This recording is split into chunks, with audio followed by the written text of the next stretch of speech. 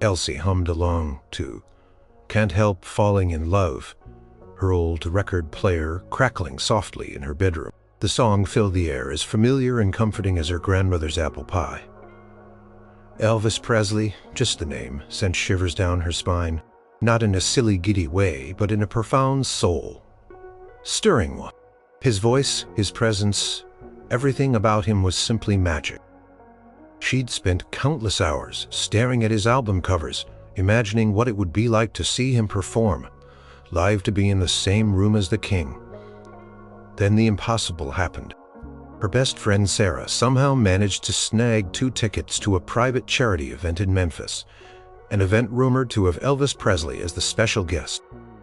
Not just a concert, but an intimate gathering where he might even interact with the attendees. Elsie had almost fainted when Sarah told her. It felt like a dream too big to come true. Sarah had shrieked over the phone, her excitement matching Elsie's own.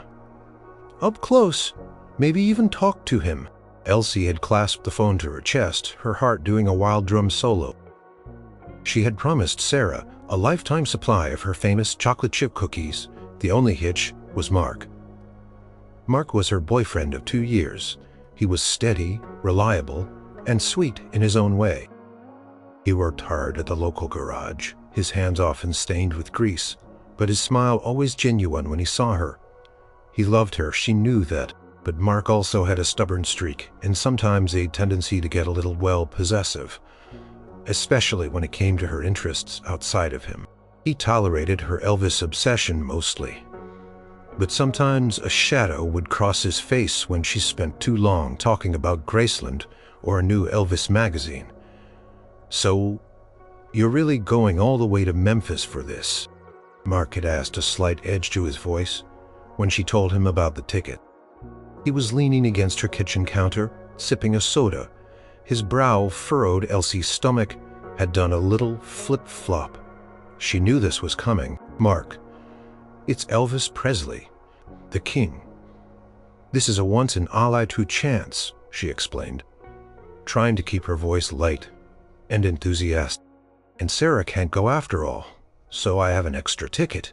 You could come with me." She offered it as an olive branch, hoping he'd see it as a fun trip for them both. Mark had sighed, setting his soda down with a soft thud. "Elsie, you know I'm not really into all that celebrity stuff, and Memphis is a long drive, plus I've got that engine overhaul next week." He paused, then added, "It's just you get so wrapped up in him. It's like I'm not even there sometimes." A prickle of annoyance stirred within Elsie. "That's not fair, Mark. I love spending time with you. This is different. This is a dream." She knew she sounded a bit defensive, but she couldn't help it. She felt like he was dismissing something incredibly important to her. He ran a hand through his dark hair. "Look, I get it. He's a big deal. But why do you need to go without me? I just worry about you out there alone."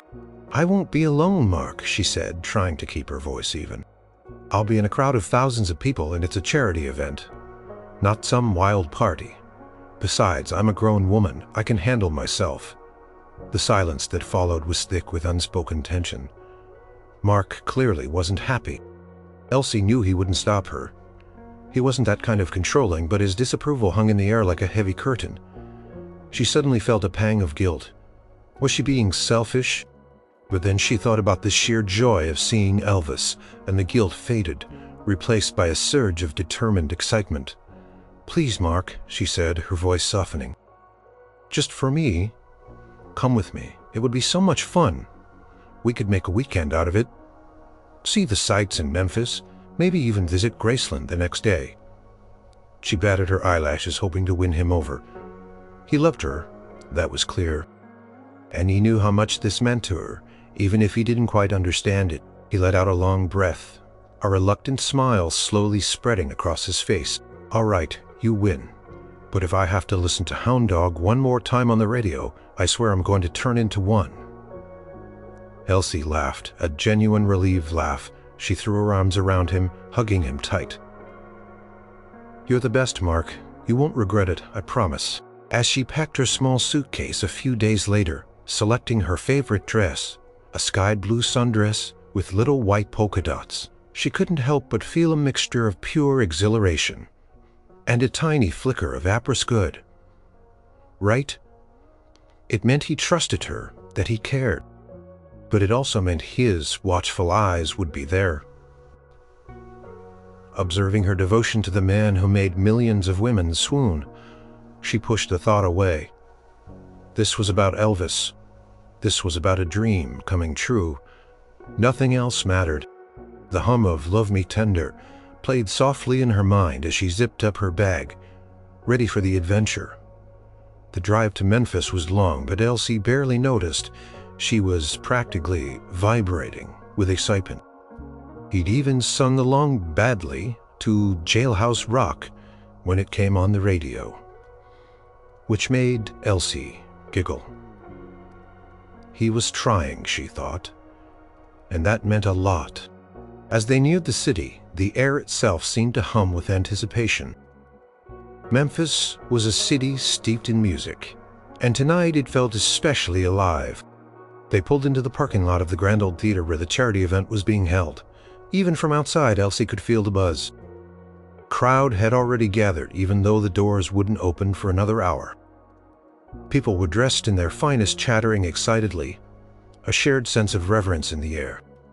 "Wow," Mark murmured, looking around, a hint of surprise in his voice. "This is bigger than I thought." Elsie just beamed. "Isn't it wonderful?" She grabbed his hand, pulling him along with the tide of people moving towards the entrance. The line stretched around the block, a river of fans flowing steadily. Elsie felt like she was part of something huge, something special. Inside the theater was breathtaking. Chandeliers sparkled from the high ceilings, reflecting off the polished marble floors. Red velvet ropes guided them, and the air smelled faintly of perfume and anticipation. The seats were plush, and Elsie sank into hers, feeling a thrill run through her. The stage was draped in shimmering fabric, spotlights already casting a magical glow. "So, where is he supposed to be?" Mark whispered, craning his neck, trying to spot Elvis amongst the early arrivals. Elsie shook her head, her eyes wide. "I don't know. He usually makes a grand entrance. Just soak it all in, Mark." The theater slowly filled, the low hum of conversations growing louder.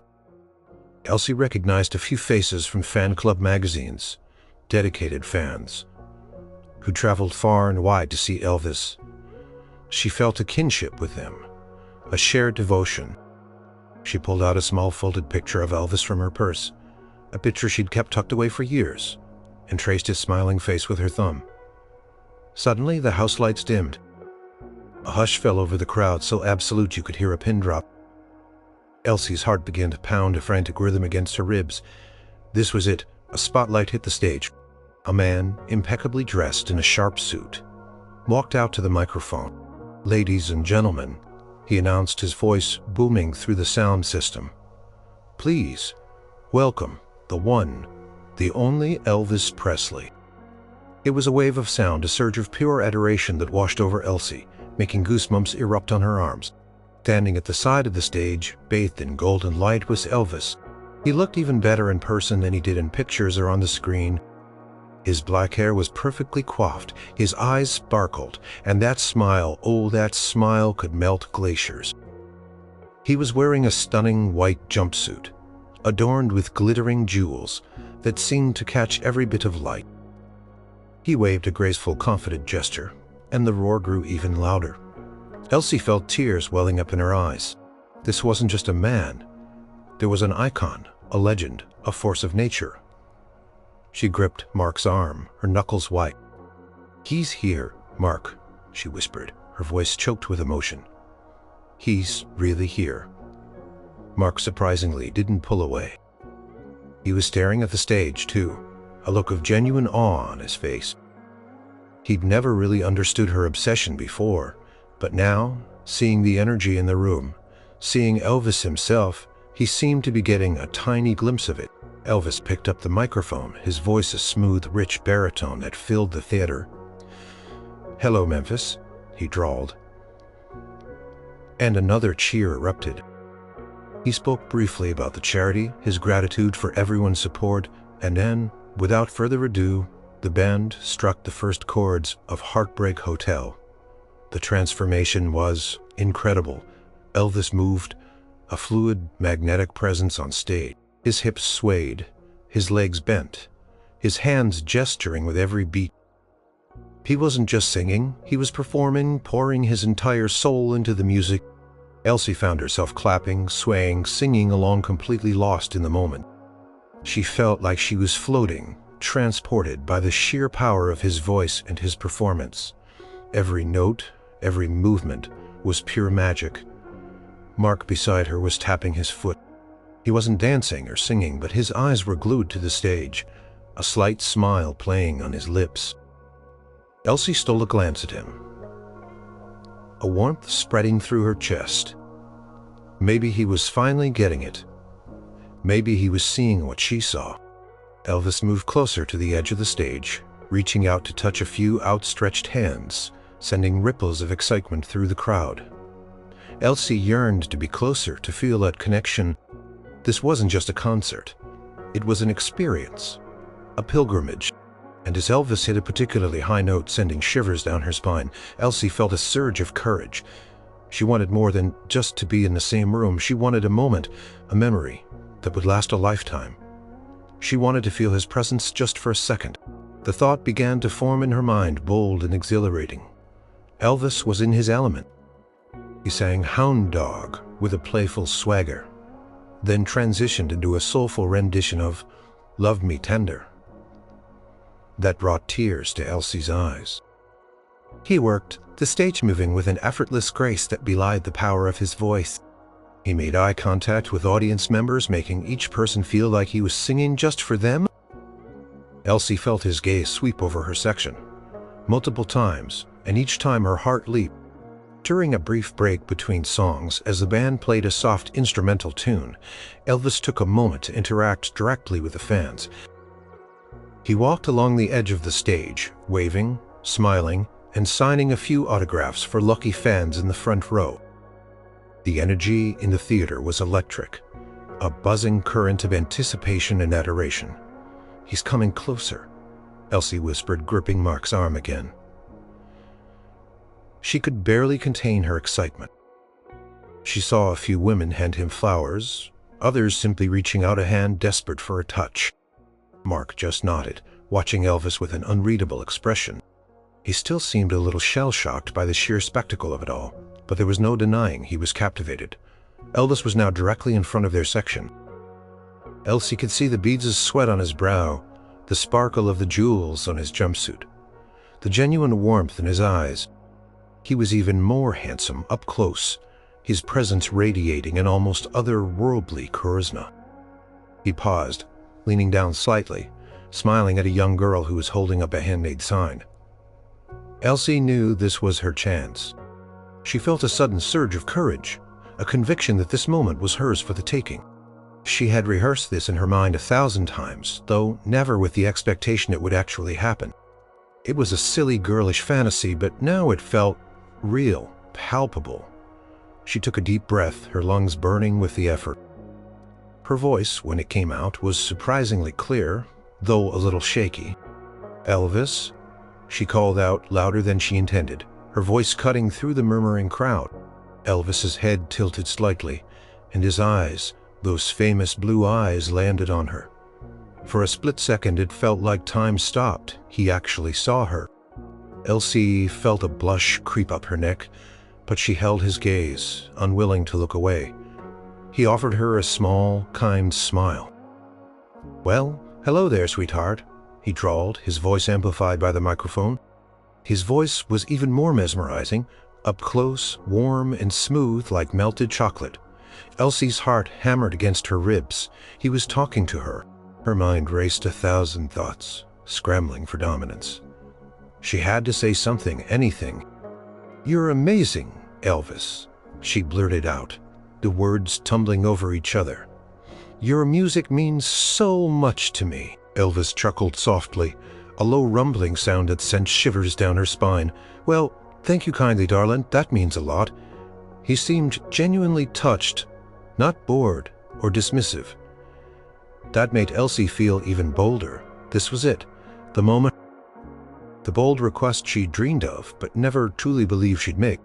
She looked at his kind eyes, his warm smile, and a surge of pure, unadulterated devotion overwhelmed her. "Elvis," she said, her voice still a little shaky but filled with a newfound determination. She ignored the surprised look on Mark's face beside her, ignored the whispers from the people around them. Her gaze was locked on his. Could I just have a kiss?" The words hung in the air, clear and distinct in the hushed theater. A ripple went through the crowd. Some gasped, some tittered. A few oohs could be heard. Elsie's cheeks burned even brighter, but she didn't regret it. She had asked, she had put her heart on the line. Elvis's smile didn't falter, though his eyes seemed to twinkle with a hint of amusement. He paused for a moment, letting the request hang, letting the crowd react. Elsie held her breath, waiting for his response. Would he laugh? Would he dismiss her? Or would he just maybe grant her the smallest, most innocent of wishes? The anticipation was almost unbearable. Then he opened his mouth to speak, and Elsie leaned forward, every fiber of her being focused on his reply. Elvis still had that soft smile on his face, a glimmer of playful mischief in his eyes. He looked at Elsie, then his gaze shifted slightly, almost imperceptibly, past her to where Mark sat, his face now a mask of surprise, turning quickly into something darker. Elsie was oblivious. Her entire world had narrowed down to Elvis and his response. She knew it was a bold request, maybe even a little foolish, but it felt right in that moment. It wasn't a romantic longing, not in the way one felt for a partner. It was an almost childish desire for a tangible connection to the man whose voice had been the soundtrack to so many of her dreams. A hero, an idol. Elvis cleared his throat, and the microphone picked up the sound. The theater was silent, everyone leaning forward, eager to hear his answer. He slowly brought the microphone closer to his lips. "Well, now, darlin'," Elvis began, his voice a smooth, captivating drawl. "That's mighty sweet of you to ask." He paused, his gaze still holding Elsie's. She could feel her heart hammering, a frantic bird trapped in her chest. This was it. Before he could continue, a sudden rough voice cut through the quiet. "Hey, what do you think you're doing?" Elsie flinched, startled. The spell was broken. She turned her head slightly to see Mark. His face red, his eyes narrowed, staring directly at Elvis. He had stood up his chair, scraping loudly on the floor, drawing even more attention to them. The crowd stirred, a wave of murmurs spreading through the theater. Some people looked annoyed at the interruption, others curious. Elsie felt a fresh wave of heat flood her face, this time from embarrassment. Mark was making a scene. "Mark," she hissed, tugging at his arm, trying to pull him back into his seat. "Sit down! What are you doing?" But Mark was beyond hearing her. His focus was entirely on Elvis, and the look on his face was one of pure, unadulterated jealousy. "She's with me," he practically shouted, his voice cracking slightly. "You can't just go around kissing other fellas' girlfriends." Elsie cringed. This was a nightmare. All the magic of the moment had evaporated, replaced by a suffocating cloud of awkwardness and tension. She wanted the floor to swallow her whole. Elvis, for his part, didn't seem flustered. His expression remained calm, till the playful glint in his eyes had softened into something more understanding. He watched Mark for a moment, assessing the situation. He was a performer, used to all kinds of fan interactions, but this was clearly different. This wasn't just a fan shouting out. This was a challenge, a protective roar from a partner. The band, sensing the shift in atmosphere, had subtly quieted down their soft instrumental, fading into the background. All eyes were now on Elvis. Elsie, and especially Mark, thick enough to cut with a knife. Elsie felt a hot rush of tears prick her eyes. This was supposed to be a beautiful memory, a cherished moment with her idol. Instead, it was turning into a public spectacle, and Mark was making her feel utterly humiliated. She didn't want Elvis to think she was some flighty fan with a jealous boyfriend. She wanted him to see her as she saw him, with respect and admiration. Elvis finally lifted the microphone again, his voice cutting through the murmuring crowd with a gentle authority. "Hold on there, friend," he said, his voice calm but with an underlying strength. He wasn't aggressive, not even irritated. He was in control. Elsie held her breath, wondering what he would say. Would he dismiss Mark? Would he make a joke? Or would he somehow make this awkward, terrible moment disappear? Her stomach clenched with anxiety, wishing Mark had just kept quiet, wishing she had never opened her mouth. But it was too late now. The situation was out of her hands and entirely in Elvis Presley's. Mark stood there rigid with anger, his fists clenched at his sides. He was breathing heavily, his chest heaving. His eyes were still fixed on Elvis, a challenge clear in their depths. Elsie watched him horrified, wishing she could somehow shrink into her seat. The whispers from the audience had died down again, replaced by a tense, expectant silence. Everyone was waiting to see how the king would handle this unexpected outburst. "Mark, please," Elsie pleaded in a low voice, tugging harder at his arm. "You're making a scene." He didn't even glance at her. His jealousy had completely consumed him. He'd seen Elsie's adoration, had felt her hand clench his arm earlier, had heard her bold request, and it had pushed him over the edge. In his mind, Elvis wasn't just an idol. He was a very real, very attractive man who was about to kiss his girlfriend in front of hundreds of people. His insecurity, simmering beneath the surface for months, had finally boiled over. Elvis, still holding the microphone, took a slow, deliberate step closer to the edge of the stage, directly in front of Mark and Elsie. His expression was no longer playful, but it wasn't angry either. It was thoughtful, almost empathetic. He looked from Mark's furious face to Elsie's mortified one. "Son," Elvis began, his voice calm and steady, projecting effortlessly through the theater. "I understand you're feeling a little protective there." Mark scoffed. "Protective? She's my girl, and you're about to put your lips on her right in front of me." Elsie groaned inwardly. Mark was really doubling down. This was going from bad to worse. She squeezed her eyes shut for a second, bracing herself for Elvis's sharp retort, or perhaps a security guard intervening. But Elvis didn't react with anger. He nodded slowly, as if genuinely considering Mark's point of view. "I hear you, fella," he said, his voice laced with understanding. "And I respect that a man's got a right to protect what's his." This unexpected response seemed to momentarily disarm Mark. He blinked, his angry posture faltering just a fraction. He had expected an argument or dismissal, not understanding.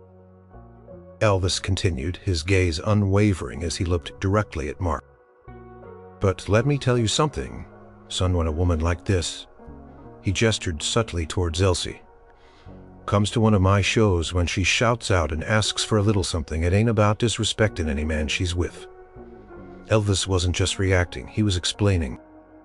He was taking control of the narrative, not with force, but with an almost gentle authority. "It's about the music, see?" Elvis continued, his voice softening, becoming almost conversational, as if he were talking to Mark one-on-one despite the entire theater hanging on his words. "It's about what the music means to folks. It's about a moment, a shared feeling. It's about a little bit of magic in a world that could use a whole lot more of it." Mark was still standing, but his shoulders had relaxed just a fraction. The raw fury on his face had begun to dissipate, replaced by a look of bewildered confusion. He was still mad, still jealous, but Elvis's calm demeanor was slowly chipping away at his defenses. "Now, I ain't one to step on anybody's toes," Elvis said, a hint of his signature charm returning to his eyes. "Especially not when a lady's got a good man by her side." He then looked at Elsie, and his smile returned softer and more knowing this time. "And I can tell, sweetheart, you got yourself a good one. He cares about you a whole lot, bless his heart." Elsie felt the blush return. But this time it was a mix of embarrassment and a strange sort of tenderness. Elvis wasn't mocking Mark. He was validating his feelings, even as he was trying to diffuse them. It was an incredibly astute move. Mark, who was usually quick to anger, was now just standing there, listening, king was weaving his spell, not through song, but through sheer charisma and an unexpected depth of understanding. Elvis's words hung in the air, a balm to the tense atmosphere. He had acknowledged Mark's feelings without validating his outburst, and he had subtly complimented Elsie, all while maintaining his undeniable stage presence. It was a master class in diplomacy. Mark, who had been ready for a fight, found himself disarmed by the sheer calm and wisdom in Elvis's voice. He slowly, almost imperceptibly, started to sink back into his seat. Elsie let out a silent sigh of relief. Elvis took another step closer, lowering his voice slightly, making it feel even more intimate, as if he were letting everyone in on a secret. "Look, friend," he said directly to Mark, his eyes warm and sincere. "I know how it looks a fella like me up here on stage. All these pretty ladies hollerin' and swoonin'. It can make a man feel a little small maybe." Elsie's eyes widened.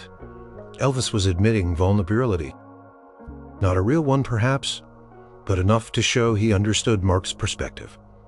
It was brilliant. Mark, now fully seated, looked down at his hands fiddling with his concert program. He seemed utterly bewildered, his earlier anger slowly morphing into something akin to embarrassment. He wasn't used to anyone, let alone a superstar, speaking to him with such genuine understanding. "But here's the thing," Elvis continued, his voice still smooth and steady. He looked at Elsie again, his smile gentle. "Ain't that right, sweetheart?" Elsie nodded quickly, tears pricking her eyes again. But this time they were tears of gratitude and overwhelming admiration. For Elvis, he understood. He truly understood. "See," Elvis said, turning back to Mark, his hands spread in an open, inviting gesture. "It's about the dream, not the deed. I love my fans, I truly do. They're the reason I'm up here. But I know my place, and I know a good woman when I see one, and I can tell she's got a man who loves her fiercely." He paused, then added with a playful wink, "Maybe a little too fiercely sometimes, huh?" A ripple of soft laughter went through the audience, breaking the last of the tension.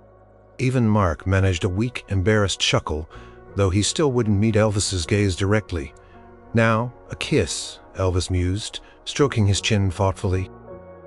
"That's a powerful thing, and it ought to be saved for the one who truly holds your heart. Ain't that right, friend?" He was leaning towards Mark, his voice conspiratorial.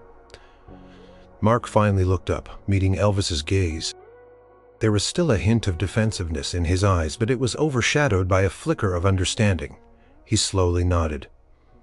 "Exactly," Elvis said, giving a satisfied nod. He looked at Elsie again. "And it truly warms my heart to know my music touches you so deeply. I think maybe we can find another way to share a little bit of that magic tonight." He paused, letting the words sink in. He wasn't dismissing her. He was redirecting. He was offering an alternative that respected her request, Mark's feelings, and his own position. It was a remarkable tightrope walk, and Elvis was performing it with an effortless grace. Elsie felt a profound sense of relief. The humiliation was fading, replaced by a profound respect for the man on stage. He truly was the king, not just of rock and roll, but of human connection. Elvis took a deliberate step back from the edge of the stage, allowing the focus to shift slightly. He was still addressing Mark, but he was now engaging the whole audience in his gentle diplomacy.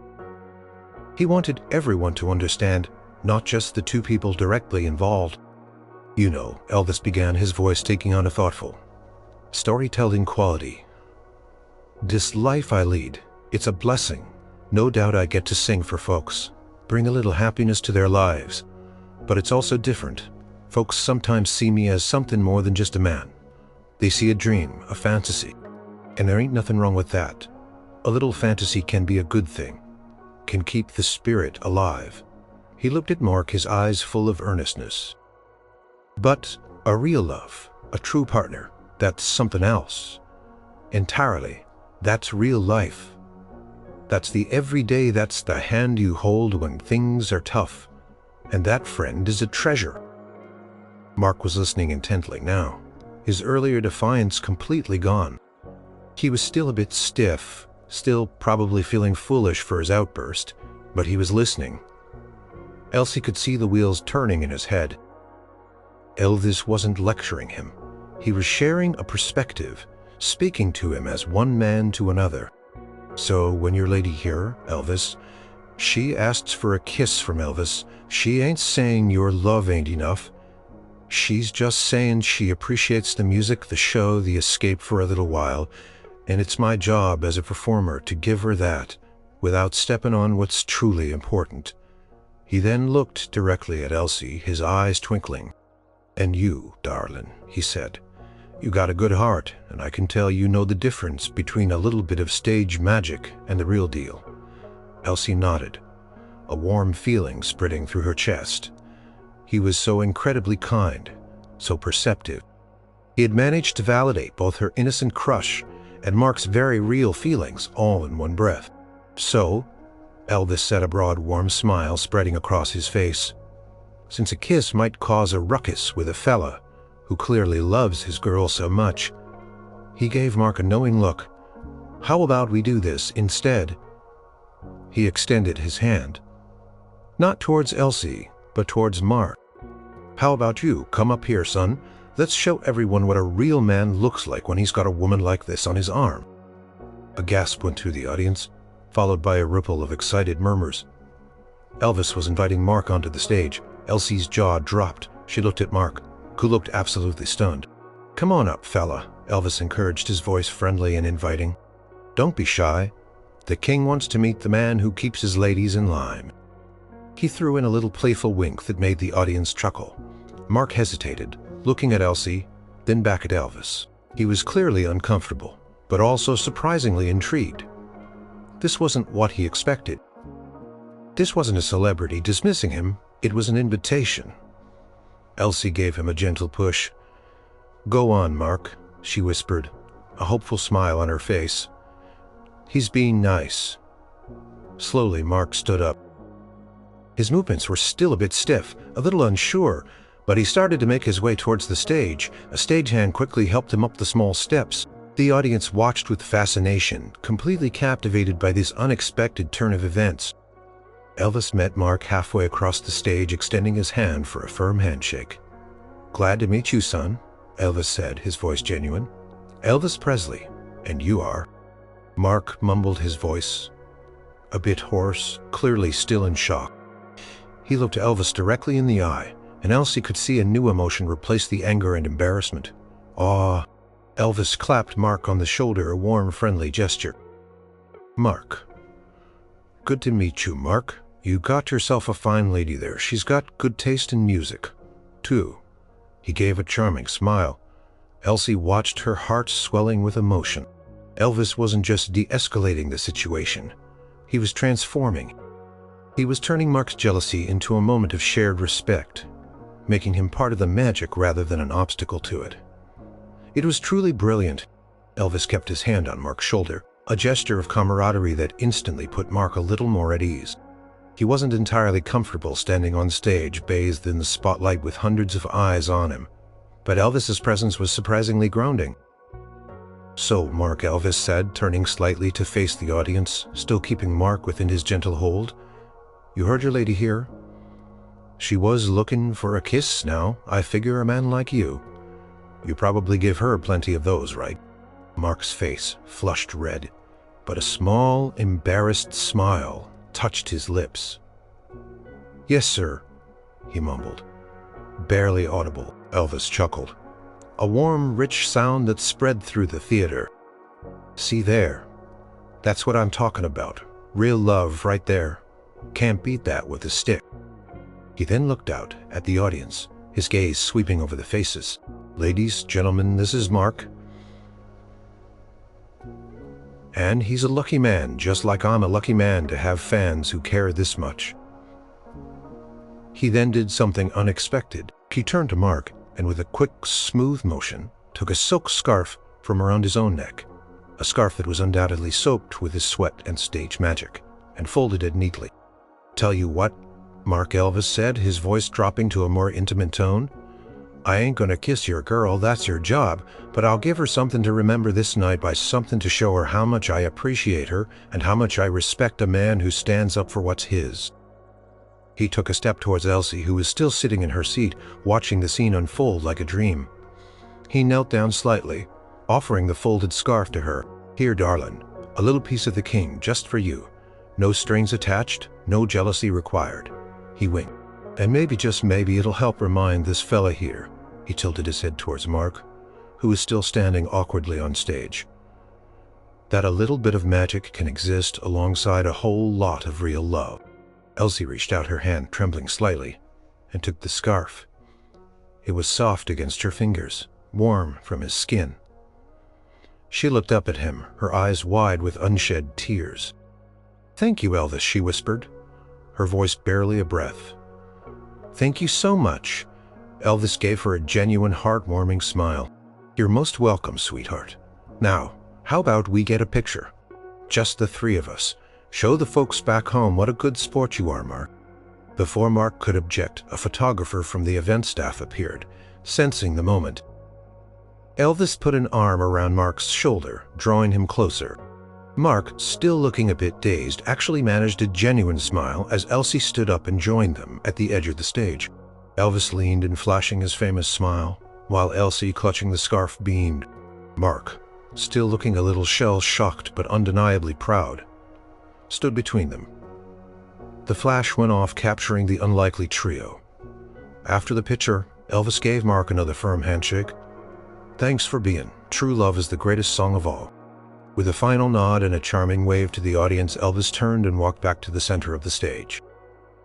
The band immediately picked up with a lively tune, and Elvis launched into his next song, captivating the audience once more. Elsie and Mark, accompanied by a discreet usher, were guided back to their seat. Elsie sat down, clutching the silk scarf to her chest, her mind reeling. Mark sat beside her, still looking a little stunned. "Are you okay?" Elsie whispered, unable to believe what had just happened. Mark let out a long breath, a strange mixture of relief and disbelief on his face. I think so," he said, his voice still a little shaky. "He ran a hand through his hair. I can't believe he did that. He was really nice." "He was more than nice, Mark. He was brilliant." He understood. Mark nodded slowly, his gaze drifting back to Elvis on stage, who was now singing with full passion. There was a different look in Mark's eyes now. No longer anger or jealousy, but something akin to awe, and perhaps a deeper understanding of why Elsie loved Elvis so much. Tension that had hovered over them for so long had finally broken, replaced by something much warmer. The rest of the concert passed in a blur for Elsie. She still enjoyed Elvis's performance, but her mind kept replaying the scene on stage. The way Elvis had handled Mark, his calm demeanor, his understanding, his generous offer of the scarf and the photo, it was more than she could have ever imagined. She kept reaching for the soft silk in her hand, feeling its warmth, a tangible reminder of the extraordinary moment. Mark was quieter than usual during the remaining songs. He no longer looked agitated or jealous. Instead, he seemed contemplative, occasionally stealing glances at Elsie, then back at Elvis. On stage, when the concert ended and the lights came up, a collective sigh of exhilaration and exhaustion went through the crowd. As they walked out of the theater, mingling with the excited throngs of people, Elsie finally broke the silence. "Mark, I'm really sorry about all that," she said, her voice soft. "I didn't mean for you to get upset. I got carried away." Elsie reached out and gently squeezed his arm. "It's okay, Mark. We all do silly things when we're upset," he sighed. "Yeah, but that was something else to yell at Elvis Presley in front of all those people. What was I thinking?" He looked genuinely mortified. "And he was so nice about it. He didn't have to be. He could have had me thrown out." "He's a good man, Mark," Elsie said, her voice filled with admiration. "He really is." "Told me I was a good man," Mark mused, a thoughtful expression on his face. "Said I was lucky, and he was right." He looked at Elsie, his gaze sincere. "I am lucky, Elsie." I'm lucky to have you, Elsie's chest. This was what she had always wanted for Mark to understand, to see her love for Elvis as something separate from her love for him. And in the most unexpected way, Elvis himself had made that happen. I guess I got scared, Mark confessed, as they continued walking towards their car. You were so excited about him, and I felt like I was being replaced or something, like he was going to take you away. He kicked at a loose pebble on the pavement. It sounds stupid now that I say it out loud. It's not stupid, Mark, Elsie said, putting her arm through his. It's just insecurity, and it's okay. I know you love me, and I love you too. Elvis is the king of rock and roll. But you're the king of my heart, you big goof. She leaned her head against his shoulder. Mark actually chuckled. King of your heart, huh? Guess I'll take that over a silk scarf. He nudged her gently. Though that scarf is pretty cool, not gonna lie. Elsie pulled the scarf out and unfolded it, inhaling its faint masculine scent. It's amazing, she whispered. And the photo. We got a photo with Elvis. Can you believe it? I still can't quite believe I was standing on stage with him, Mark admitted, a note of wonder in his voice. He was so calm and he really listened. He didn't just brush me off, he shook his head again. I learned something tonight, Elsie, about jealousy and about what really matters. As they drove home, the city lights fading behind them, they talked for hours. Mark confessed more of his insecurities, and Elsie reassured him, explaining how her admiration for Elvis was a different kind of love, an appreciation for his artistry and the joy he brought. It wasn't a competition. Mark seemed to truly grasp it this time, not just intellectually but emotionally. The air in the car, which had often felt thick with unspoken tension whenever Elvis came up, now felt light and clear. The drive back, long as it was, felt far too short. Weeks turned into months, and the memory of the Memphis concert didn't fade. It solidified into a cherished story, a turning point in Elsie and Mark's relationship. The picture of them with Elvis, Elsie beaming, Mark looking a little awkward but clearly smiling, and Elvis radiating warmth, became a prized possession, framed and placed on Elsie's bedside table. The silk scarf was carefully folded and kept in her special keepsake box, alongside old letters and pressed flowers. Mark never brought up Elvis with a hint of jealousy. Again, in fact, sometimes he would even hum along to one of Elvis's songs when it came on the radio, occasionally even doing a little hip sway, which always made Elsie laugh. He still wasn't a huge fan in the way Elsie was, but he had a newfound respect for Elvis Presley, the man, not just the superstar. One evening, as they sat on Elsie's porch swing, watching the fireflies dance in the twilight, Mark reached for her hand. You know, he said, his voice quiet, I used to think I had to compete with him. With Elvis, which is pretty silly, I know. He squeezed her hand, but he showed me something that night. He showed me that there's different kinds of love, and that yours for him, it doesn't take away from ours. No, it doesn't, Mark, never. He called you a fine lady and said I was a good man, Mark continued, a small, proud smile on his face. And he wasn't wrong, was he? Elsie chuckled softly. No, he wasn't. She lifted her head and kissed his cheek. You're the best man, Mark. The jealous boyfriend incident had surprisingly strengthened their bond. Mark had learned to trust Elsie's feelings, and Elsie had learned to appreciate Mark's sometimes clumsy, but always earnest love. Even more deeply, he saw her passion, and she saw his vulnerability. Elvis the King had unknowingly played the role of a wise mentor, teaching them both a valuable lesson about love, respect, and understanding. The kiss Elsie had asked for that night had never happened. Not in the way she had imagined, but what she received instead was far more precious. She got a tangible piece of Elvis's legendary kindness and charisma, a memory that transcended a simple fan interaction. More importantly, she got a deeper connection with the man she loved, a bond forged in an unexpected moment of public vulnerability and celebrity wisdom. Their love story wasn't a whirlwind romance like those portrayed in the movies. Full of dramatic grand gestures, it was steady, real, and grounded, like the earth itself. And in that one extraordinary night in Memphis, touched by the grace of the king, it had found a new, stronger rhythm. Elsie knew, without a shadow of a doubt, that she couldn't help falling in love with both the magic of Elvis's music and the unwavering, ever-growing love of her Mark. And that, she realized, was the most heartwarming story of all.